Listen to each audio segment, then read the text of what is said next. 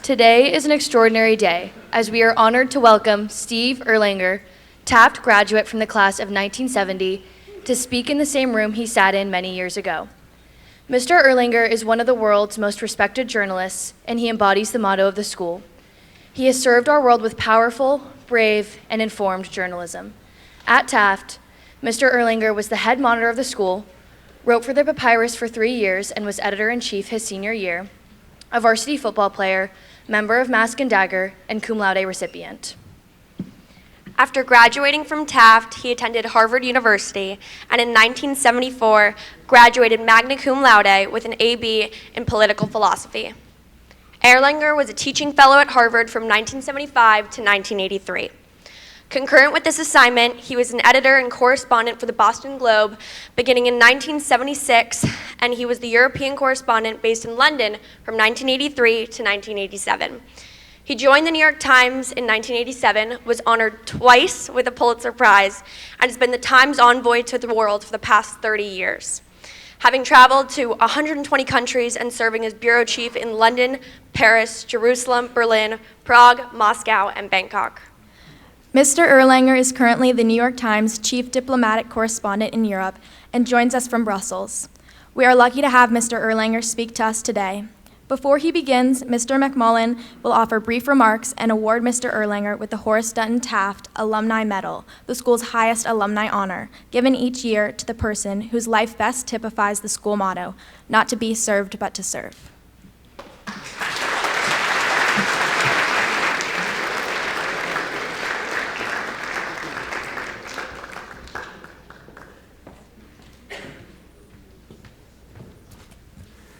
Thank you to Mary and Anna and Sadie. It's a real honor to be here at this moment when we recognize Steve Erlanger, someone I've known of for many, many years and heard of often, and was just so delighted to see in the main hall today, back where this all began, and in fact in this auditorium where he once sat and with some of his great friends from the class of 1970 who were here, and it's just wonderful to have you men here. The Horace Dutton Taft Alumni Medal is the highest honor that the school bestows. It's awarded annually by an independent committee, and it is given to a person whose life and work embodies the best that is Taft and whose life has been marked by service. And in a moment, I'll read the award to language and ask Mr. Erlanger to come up. And there's not much I can add to what you've already heard, but I'll make 2 quick points. The first is that Steve Erlanger has served in profound, powerful, and brave ways. He has served the work of journalists. He has served those whose stories might never be told. He has served the truth, and he has served humanity. And second, as we gather here, and as has been alluded to, reflect on the fact that Steve Erlanger was each of you. He was each of you. He was a smart, happy, engaged student doing all the things that Taft students do, facing the same challenges you know every day. And his being here today reminds you that I am looking out on a room of Steve Erlangers. And it's this belief that animates every teacher, this belief that you each might be back here one day speaking in front of students. And so, Steve, as I present the award and read from it, I would ask that you come forward.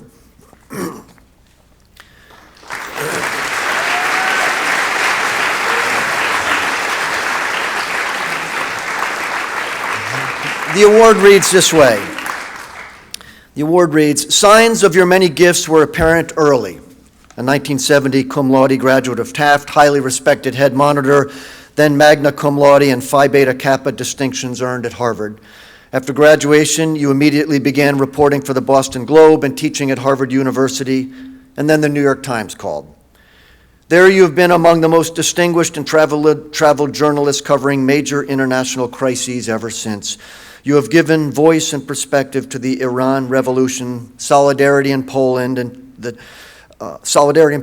Czech and Kosovo and Israeli-Palestine wars, the emergence of Mohammed Atta and terrorism, the rise of Vladimir Putin and kleptocracy in Russia, and the current fragility of a Europe caught between Putin's Russia, Xi's China, and America's Trump. Interspersed were tours as a Times chief diplomatic correspondent, in Washington and cultural news editor in New York.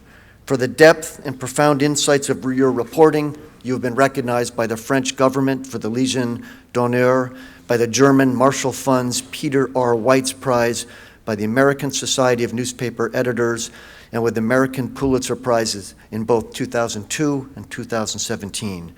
Your unique ability to empower your readers to understand the fragility of the world we inherit enables each of us to become better citizens, following the spirit of Horace Taft's charge to us, non ut sibi ministretur, sed et ministret. Steve Erlanger, for your remarkable service to humanity, your school is proud to present you our highest honor, the Horace Dutton Taft Alumni Medal.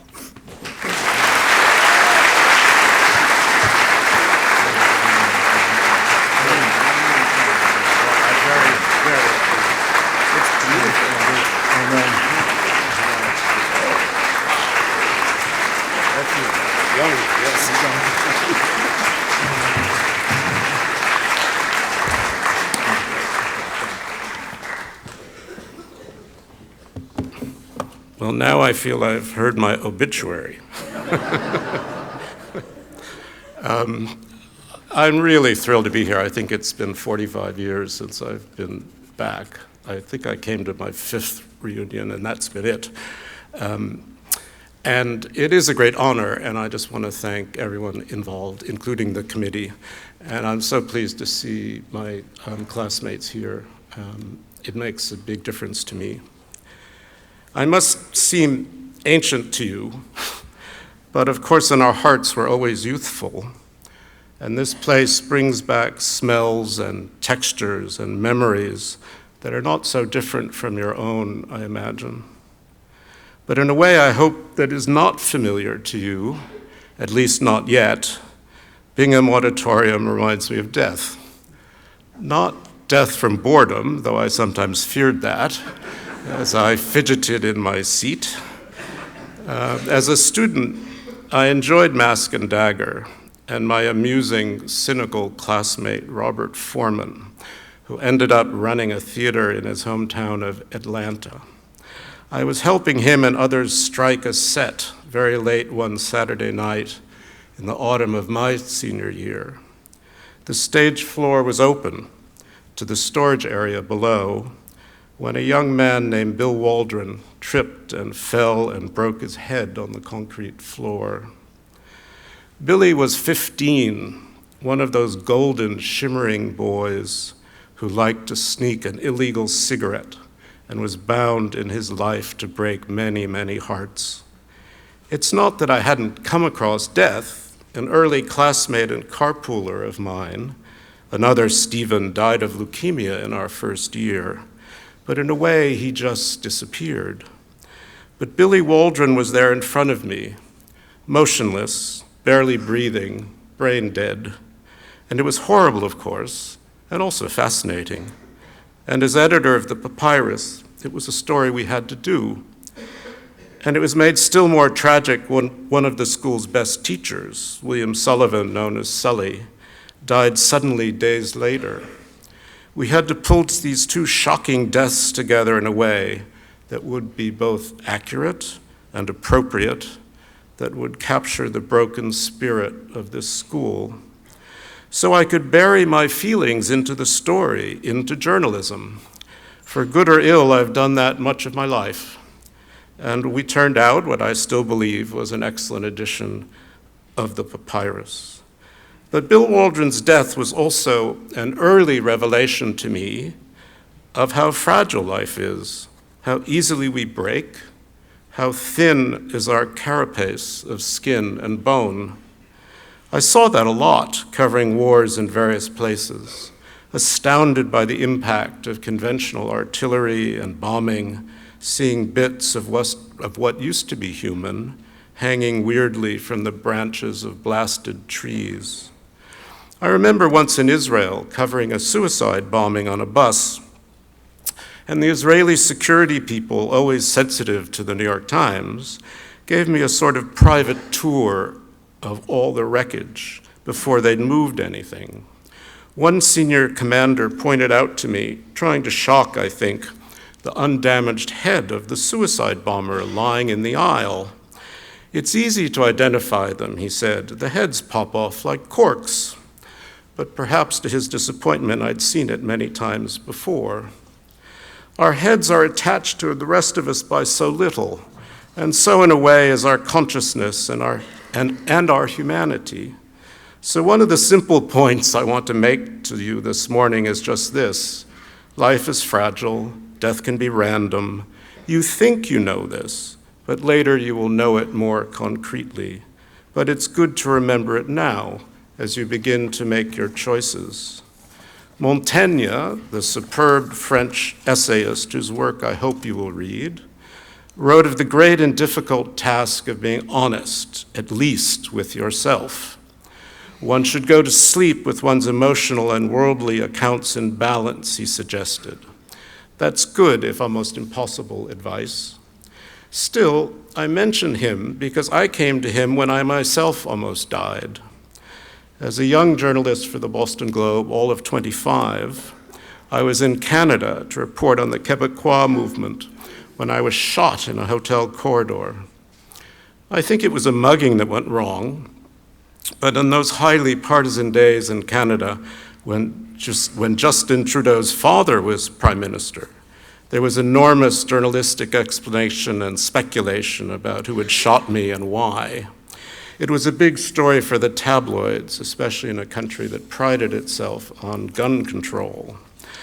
I was far too ill to much care, I have to say, though I did manage to write my piece, and later as I recovered, I wrote a magazine story called rather unimaginatively Getting Shot. I don't recommend the experience, to be honest, but it changed me, and I think for the better, more aware of the delicate hold we have on life and the importance of how we choose to spend it and with whom, but also more willing to fight down my own fear and take risks. So I was able to convince the Globe a year later to let me go to Iran and cover the revolution there, which in an important way set me on the path of foreign correspondence. But being here at Taft reminds me of something else, which is fortuna and luck, and not being afraid to question authority and seize your chances. As in the Shakespeare we studied at Taft, and I presume you still do, Brutus has a point when he says there's a tide in the affairs of men, which, taken at the flood, leads on to fortune. Omit it, all the voyage of their life is bound in shallows and in miseries. On such a full sea are we now afloat, and we must take the current when it serves or lose our ventures. And yet Brutus lost in the end, so that can happen too. But it brings me to another major point in my own life here. When I was doing so well, head monitor, editor of the Papyrus, salutatorian, and I wanted to go to Harvard because Harvard was cool and Boston was cool. And neither of my parents had been able to go to college. My older sister was in Boston, and I was an arrogant kid. And I got into every other fine college to which I applied, but Harvard rejected me, and I was crushed, and rather angry too. It was 1970, with the Vietnam War raging away and the country and generations deeply divided. I had been politically vocal, and I'd gone to Woodstock in my father's Chevrolet with one of the stars of our class, the gifted ironist, hurdler, and poet Richard Tejan, now sadly dead. And Harvard, the year before, had its own student riots over the war, with the SDS, the Students for a Democratic Society, occupying the president's office. So I wrote to the dean of admissions, a man named Chase Peterson, I still remember, a heartfelt letter about why Harvard was wrong about me, but that perhaps I'd presented myself badly, and that Harvard was overreacting to its own difficulties. As I said, I was an arrogant kid.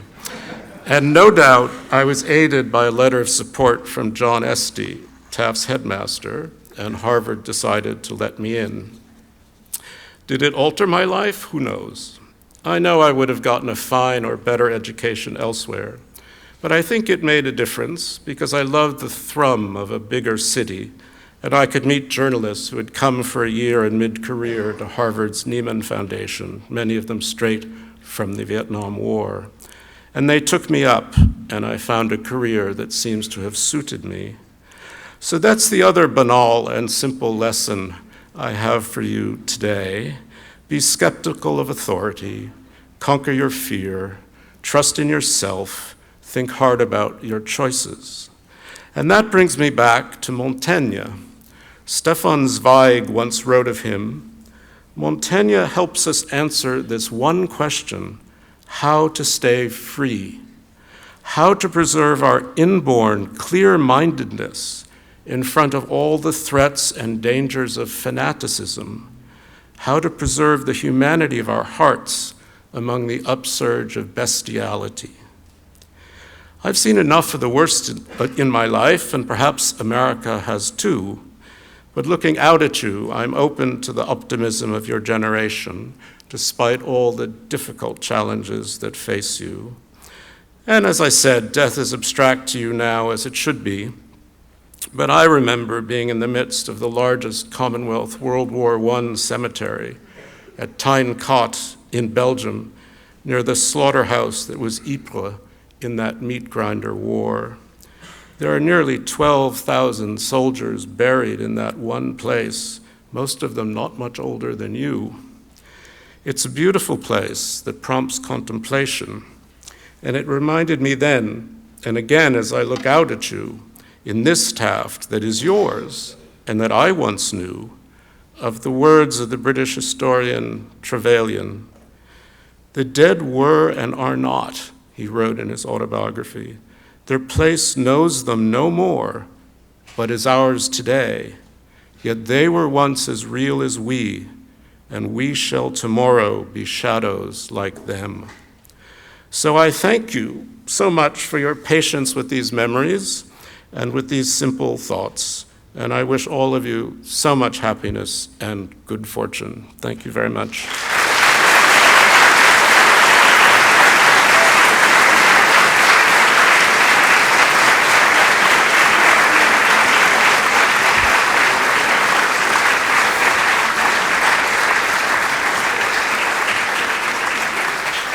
Thanks, and I think we have time for some questions if anyone has any.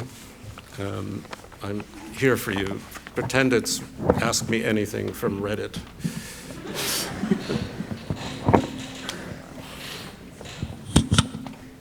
I have questions on the balcony, if anyone has one up here. Okay. Could you tell me your name? I'm Annabelle. I'll start. How do you think writing for the PAP and writing at such a young age at Taft shaped who you are as a person and as a writer in coming years? It's a hard question. I've thought about it. I wrote a little pretentiously as a Taft student, I have to say, you know? A little. Charlie Flynn knows. I mean, you could look yourself. I'm sure the Paps are there, but I fell kind of madly in love with language. And I had a great English teacher we did called Barclay Johnson, who's also sadly dead,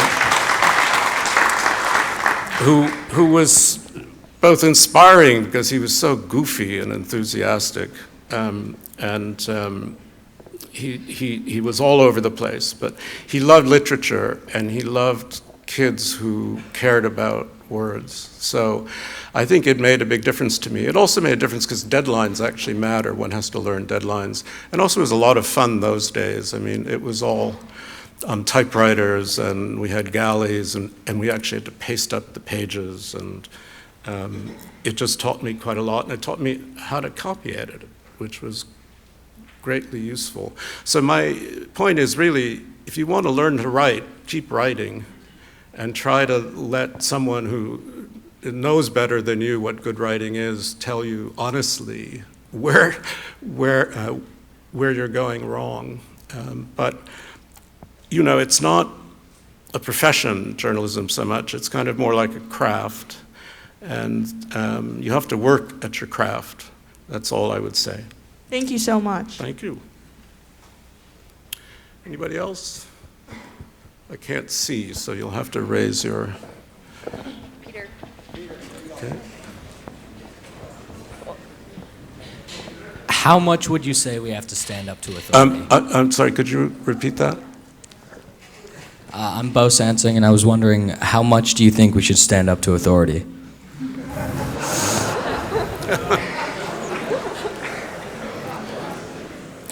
A lot. I mean, what you have to do is judge whether the authority comes from the right place or not, right? I mean, I've been in lots of places where I've been told to do things by people with guns, and so that's okay.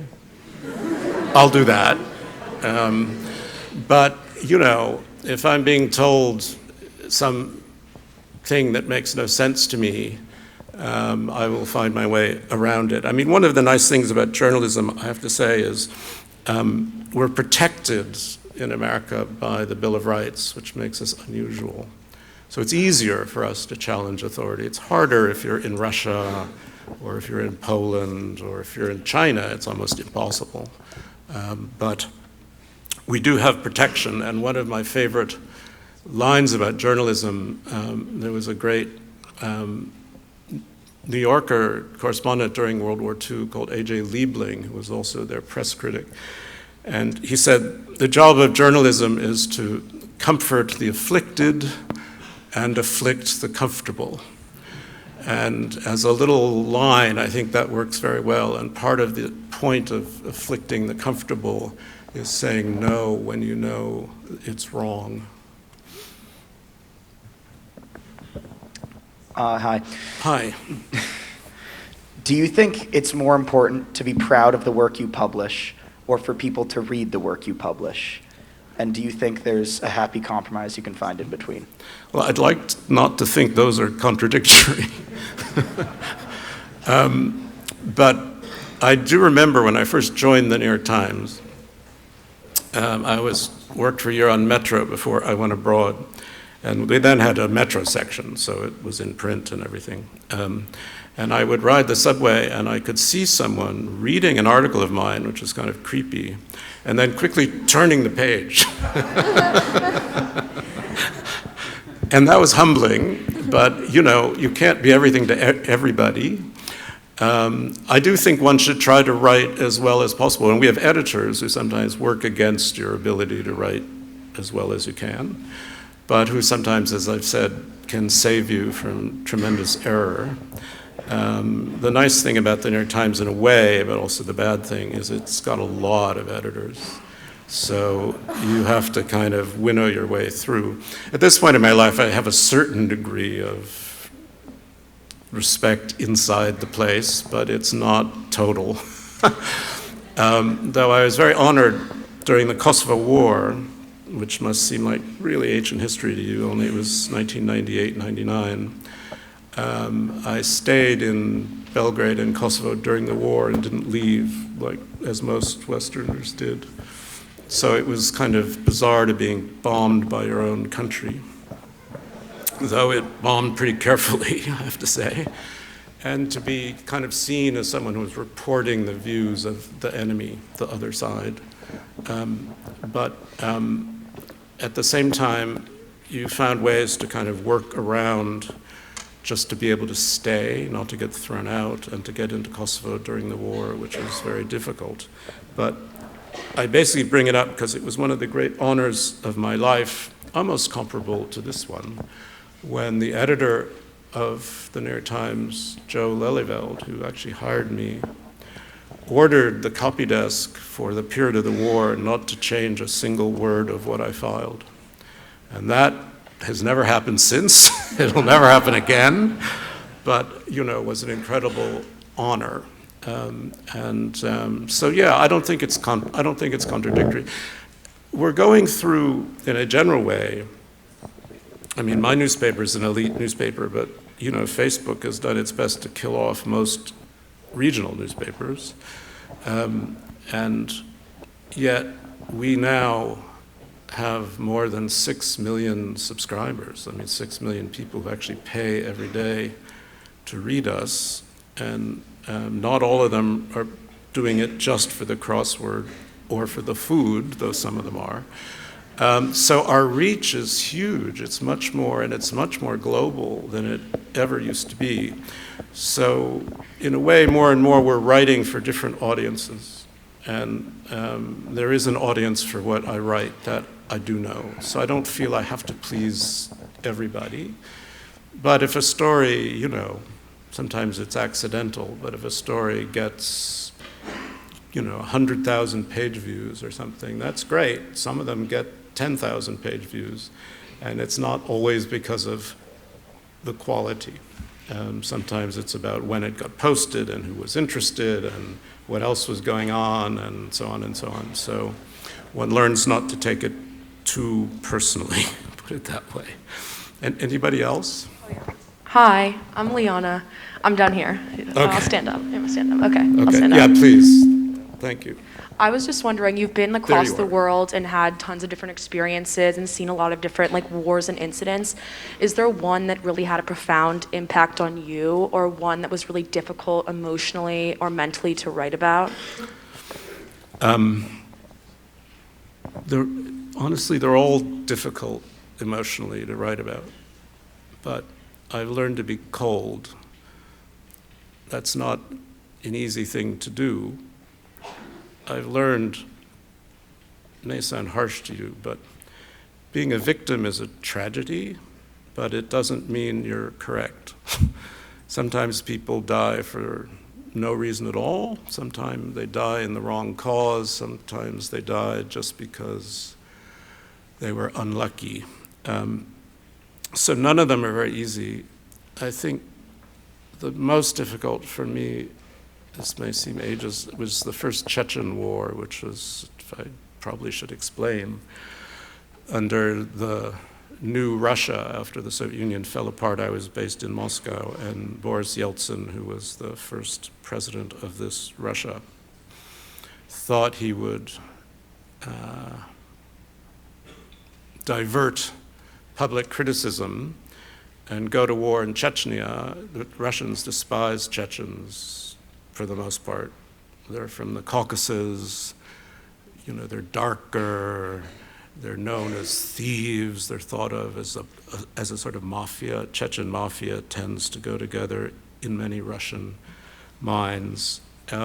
And there's a history of independence. Tolstoy wrote a wonderful novel, which I recommend to you, called Haji Murat, about a Chechen leader fighting against the Russia of the Tsars. So it's a long history. But this was a war where young Russians were being killed in great numbers. Chechens were in the city of Grozny, were emerging from sewers to shoot them. It was winter. There was no electricity, no heat, no power. There were these big kind of Soviet-built apartment houses called Khrushchevkas after Khrushchev, and people were dying on the top floors because the elevators didn't work. Some of them were too old. They couldn't get food. It was freezing. Bodies were thrown on the sides of the road, frozen, and the Russians were bombing everything. I mean, artillery, with every beat of the heart, there was an explosion. And I was kind of in the middle of this, wearing this incredibly heavy steel vest I'd gotten from the Russian Interior Ministry, under a Polartec thing and under a parka. And I looked like Michelin Man, but it was scary. And it was very difficult. And it was very difficult to file. And it was early days of sat phones. The Associated Press had one big sat phone, which was like almost a truck. And you'd have to go outside Grozny to use it. So I did that most every day. And then you saw a lot of horrible things, and you were trying to write about it carefully. But the Chechens were getting angry at you too. It's not like you were embedded with either side. You were just in the middle. I mean, no one was taking care of us. Right? And I was with a very brave guy from the Moscow bureau, who used to be in the army, whose advice was incredibly helpful. Anyway, I remember it because one day I decided to stay in Grozny, and I met a friend who was working for Newsweek, I think, who had a sat phone, which was probably huge, like a trunk. And he offered to let me use it, which was great of him. So I remember writing out a story in longhand, and I had a Petzl lamp that, is like a headlamp. And we hooked this sat phone up to a tractor battery in a field. It was freezing, and I remember calling the New York Times and dictating this story in the middle of a field with this Petzl lamp. And of course, the New York Times didn't care. They just, well, here's another story, right? So war's hard, but it's nothing I love. But in fact, I have to tell you, it's sort of a wonderful experience. You see, first your adrenaline is pumping, so you don't get sick, right? I mean, you're fine. Everything tastes great, feels great, skin feels wonderful. You feel very alive because you're scared. And you also get to see people as you never see them normally.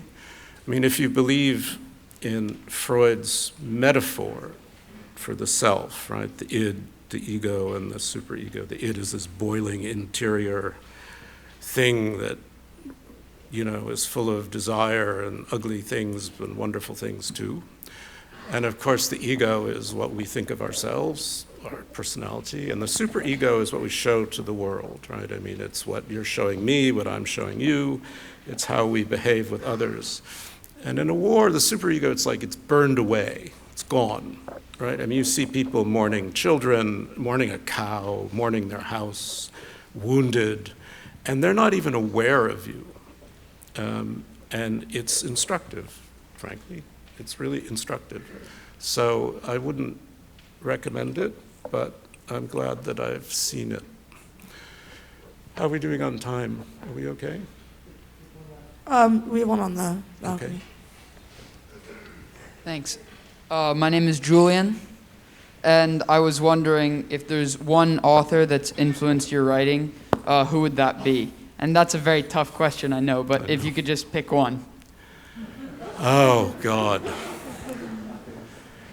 Well, it is a very tough one, because I read a lot of fiction. I love fiction. It's like a windshield washer for my brain, because I live in basically a nonfiction world. So it's really hard. I mean, I'm sorry. I mean, it's like my mind goes blank sometimes. There was a German writer who was on the left who came out of World War II called Heinrich Böll, B umlaut, O umlaut, LL. And he wrote a book called, I think, The Life and Loves of Katharina Blum. And it's really an effort to describe society in this very beautiful way right after the Second World War. So I read a lot of him, and it had a big impact on me. And, in terms of nonfiction, I don't know, it's hard. I have, in a way, I admire it less. It's useful, it's wonderful. But one of the people who is a friend of mine, who now edits the New Yorker magazine, but writes this most beautiful, kind of strong, thoughtful journalistic prose, is David Remnick. So as a living nonfiction writer, I respect David's work quite a lot. Anyway, thank you all very much. I'm just going to let people know that you'll be here for a while. I think those responses, but also that address was a real gift for us. There's something we'll take away out of this space this morning that I hope will stay with you, certainly will stay with me.